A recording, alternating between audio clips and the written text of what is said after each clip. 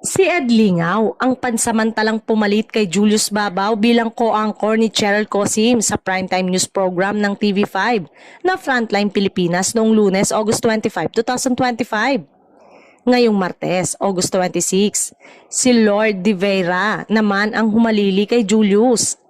Ayon sa balita, on leave si Julius habang iniimbestigahan ang tinatalakay ng management na issue na kinasasangkutan ng veteran broadcaster.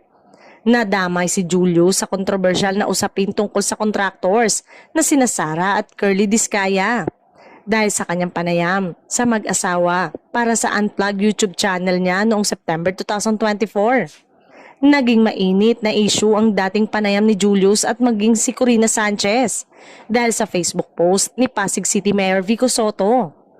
Kwenestyon ni Mayor Vico ang feature stories ni na Julius at Corina sa mag-asawang nasasangkot sa maanumalyang flood control project. Ang pagkakadawit ng pangalan ni Julius sa nabanggit na usapin ang sinasabing dahilan kaya nagpapahinga muna siya bilang anchor ng Frontline Pilipinas.